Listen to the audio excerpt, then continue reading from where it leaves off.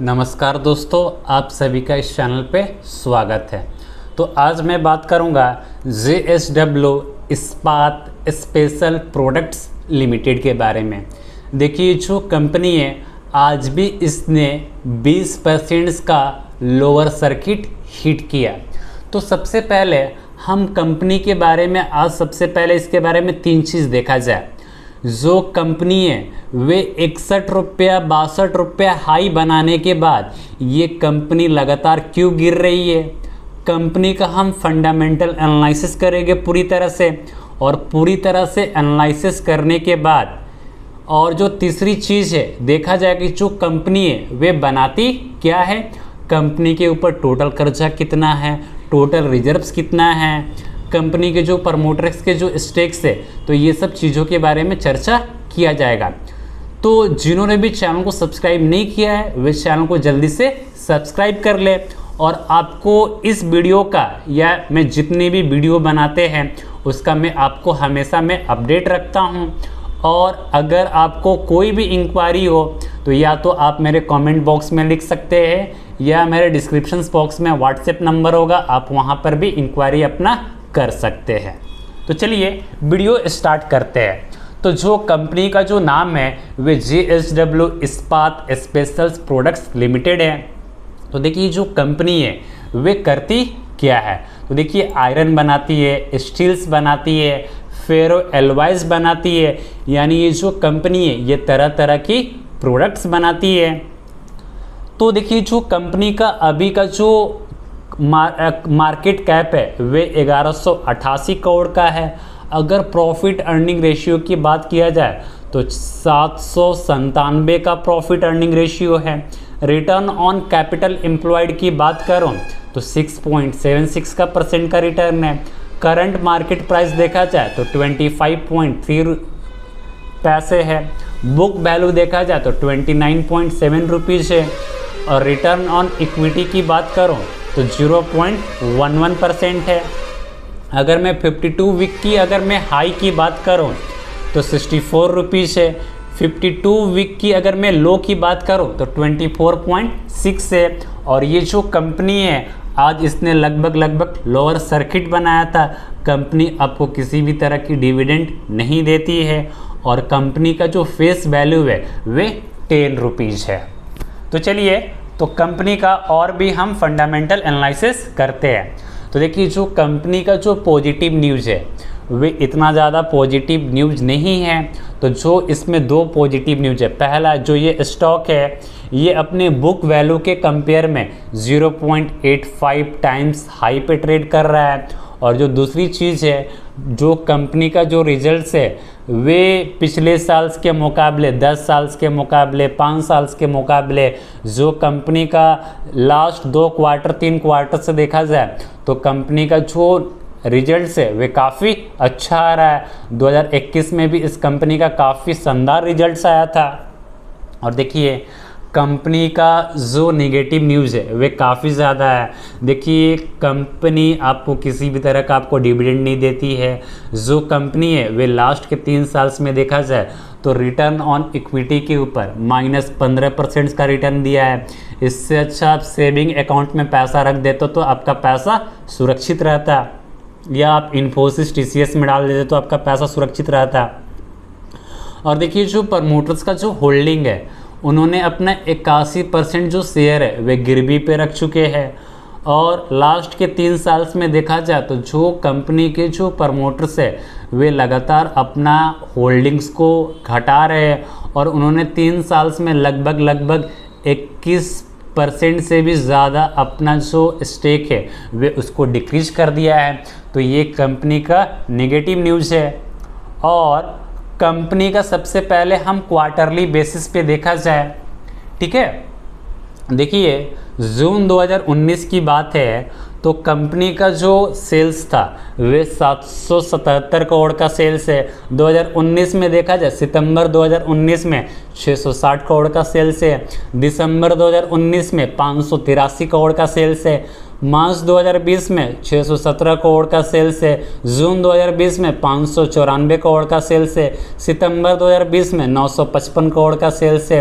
दिसंबर 2020 में 1160 करोड़ का सेल्स है। मार्च 2021 में 1477 करोड़ का सेल्स है।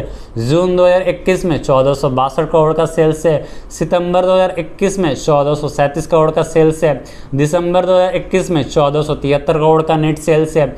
मार्च 2022 में देखा जाए तो 1687 करोड़ का सेल्स है। देखिए क्वार्टरली बेसिस पे देखा जाए तो जो कंपनी का जो सेल्स है वे तो इंक्रीज हो रहा है, वे कंपनी का जो सेल्स है वे क्वार्टरली बेसिस पे काफ़ी ज़्यादा इंक्रीज हुआ है। तो जून 2019 में कंपनी का जो नेट प्रॉफिट था -136 करोड़ की लॉसेज में थी। सितंबर 2019 में -114 करोड़ की लॉसेज में थी। दिसंबर 2019 में 138 करोड़ की लॉसेज थी कंपनी। 2020 में कंपनी का जो नेट प्रॉफिट था वे 104 करोड़ का लॉसेज था। जून 2020 में 154 करोड़ का लॉसेज है। सितंबर 2020 में कंपनी का जो नेट प्रॉफिट है लॉसेज में नहीं है। सितंबर 2020 में कंपनी लॉसेज में नहीं है, कंपनी का जो नेट प्रॉफिट है वे 242 करोड़ रुपीस का है। तो अपने आप में ये आश्चर्यजनक की बात है। दिसंबर 2020 में 30 करोड़ का नेट प्रॉफिट है, वाह। मार्च 2021 में 94 करोड़ का नेट प्रॉफिट है। जून 2021 में देखा जाए तो 63 करोड़ का नेट प्रॉफिट है। 2021 में अपसेट किया और कंपनी का जो लॉसेज है वह 37 करोड़ का लॉसेज है। दिसंबर 2021 में भी कंपनी ने अपसेट किया और 28 करोड़ की लॉसेज में थी। 2022 में देखा जाए तो 3.29 करोड़ का नेट प्रॉफिट है। तो इतना छोटा से प्रॉफिट से कुछ नहीं होने वाला है। तो कंपनी का जो प्रॉफिट एंड लॉस स्टेटमेंट है मैं अब ईयरली बेसिस पे भी मैं बात कर लेता हूँ कि कंपनी का जो सालाना जो सेल्स है वे क्या है और सालाना नेट प्रॉफिट क्या है। तो देखिए 2011 में कंपनी का जो सेल्स था वे 1626 करोड़ का सेल्स है। 2012 में 1990 करोड़ का सेल्स है। 2013 में 2062 करोड़ का सेल्स है। 2014 में 2302 करोड़ का सेल्स है। 2015 में 3242 करोड़ का सेल्स है। 2016 में 1843 करोड़ का सेल्स है। 2017 में 1238 करोड़ का सेल्स है। 2018 में 1383 करोड़ का सेल्स है। 2019 में 1880 करोड़ का सेल्स है। 2020 में 2638 करोड़ का सेल्स है। 2021 में 4188 करोड़ का सेल्स है। 2020 में 6061 करोड़ का नेट सेल्स है। यानी ईयरली बेसिस पे देखा जाए तो कंपनी का जो नेट सेल्स है उसके अंदर हमें काफ़ी ज़्यादा इंक्रीजमेंट दिखाई दिया है 2022 में। और 2011 में जो कंपनी का जो नेट प्रॉफिट था वे 277 करोड़ की नेट प्रॉफिट थी। 2012 में 261 करोड़ का नेट प्रॉफिट था। 2013 में भी 222 करोड़ का नेट प्रॉफिट था। 2014 में 37 करोड़ का नेट प्रॉफिट था। 2015 में हमें अपसेट किया और 857 करोड़ की लॉसेज में थी। जी हाँ, 857 करोड़ की लॉसेज में। 2016 में 1907 करोड़ कंपनी का लॉसेस था। 2017 में 2130 करोड़ का लॉसेस था। 2018 में 1758 करोड़ का लॉसेस था। 2019 में 3552 करोड़ का लॉसेस था। 2020 में 492 करोड़ का लॉसेस था। 2021 में 211 करोड़ का नेट प्रॉफिट हुआ। यहाँ पर लॉसेज नहीं है। 2021 में कंपनी का जो नेट प्रॉफिट है वे 211 करोड़ का नेट प्रॉफिट है और 2022 में मात्र 1 करोड़ का नेट प्रॉफिट है। बताइए जो कंपनी है वे पिछले साल मतलब पिछले देखा जाए तो कंपनी का जो लॉसेज है वे काफ़ी बड़ा है, बट कंपनी का जो नेट प्रॉफिट है वे इतना अच्छा खासा अभी नहीं बढ़ा है। बट लास्ट के 2 साल से देखा जाए तो कंपनी अच्छी कर रही है। तो ये ऐसा हम नहीं बोल सकते कि कंपनी अच्छी कर रही है, सेल्स तो बढ़ रहा है बट नेट प्रॉफिट ये कंपनी जनरेट नहीं कर पा रही है। और जो कंपनी का जो कंपाउंडेड सेल्स ग्रोथ है वे काफ़ी अच्छा है। कंपनी का जो कंपाउंडेड प्रॉफिट ग्रोथ है वे टर्म टू टर्म वे भी काफ़ी अच्छा है। बट इसका जो CAGR प्राइसेज है वे लास्ट के 1 साल में -52% है। ये बहुत ही ख़राब बात है। रिटर्न ऑन इक्विटी की बात किया जाए तो बहुत ही ख़राब घटिया रिटर्न दिया है ये कंपनी। और कंपनी के पास जो रिजर्व्स है, देखिए 2011 में कंपनी के पास जो रिजर्व्स था वे 276 करोड़ का रिजर्व्स था। बट कंपनी के ऊपर जो कर्जा था 3100 करोड़ का था। 2012 में 2358 करोड़ का रिजर्व्स था। बट कंपनी का जो कर्जा था 2012 में 5754 करोड़ का था। 2013 में कंपनी के पास जो रिजर्व्स है वे 2571 करोड़ का रिजर्व्स था। बट कंपनी का जो कर्जा है वे 8606 करोड़ का कर्जा है। 2014 में 2711 करोड़ का रिजर्व्स था। बट जो कर्जा है वे 10,737 करोड़ का कर्जा है। 2015 में 1826 करोड़ का रिजर्व्स था। और जो इस कंपनी के ऊपर जो कर्जा हो गया वे 12,500 करोड़ का कर्जा है।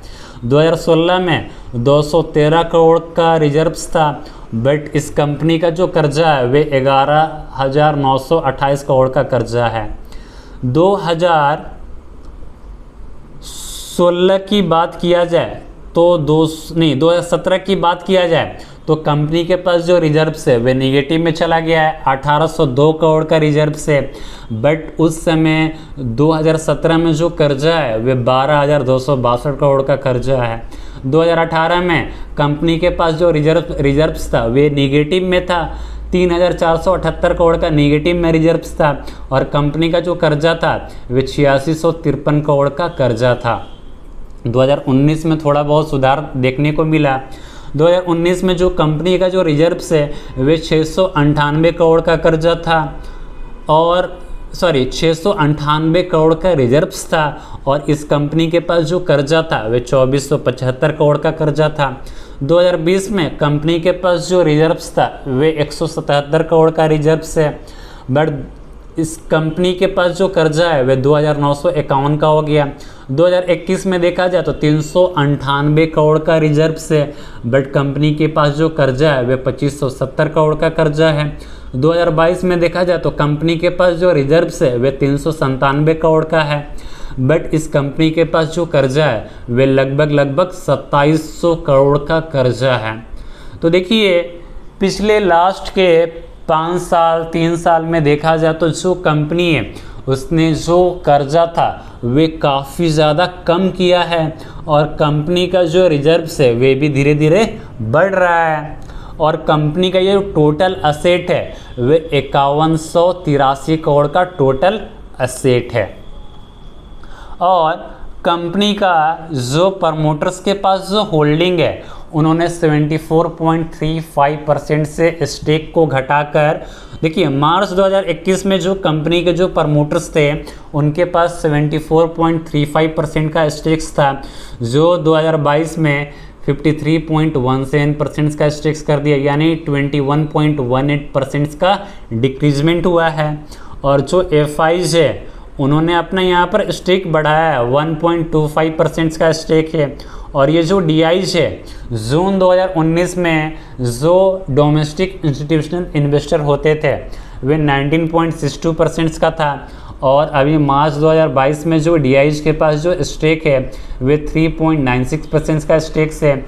बट देखिए जो पब्लिक है, जो रिटेल इन्वेस्टर है, इसमें काफ़ी ज़्यादा कूद पड़े हैं, 41.62% का स्टेक है, जबकि जून 2019 में 5.71% का स्टेक्स था पब्लिक के पास, बट मार्च 2022 में 41.62% से, यानी जो कंपनी के जो प्रमोटर्स है और जो बड़े बड़े जो ऑपरेटर्स है इस प्राइस को मैनिपुलेट करके इसको काफ़ी ज़्यादा 64 रुपीज़ के ऊपर हाई पे ले गया और वहाँ से पटक कर अभी 25 रुपये के आसपास है।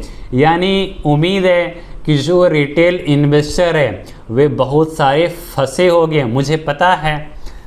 तो देखिए जब कंपनी उस समय का जब शेयर प्राइस बढ़ रहा था तो उस समय जो पब्लिक के पास जो होल्डिंग था वे कम था, बट जैसे ही शेयर्स के अंदर तेजी आया तो हो सकता है कि तेजी के कारण किसी ने शेयर को खरीदा होगा, और हो सकता है कि जब ये प्राइस गिर रहा होगा तो कुछ रिटेल इन्वेस्टर यहाँ पर माल उठाया गया होगा।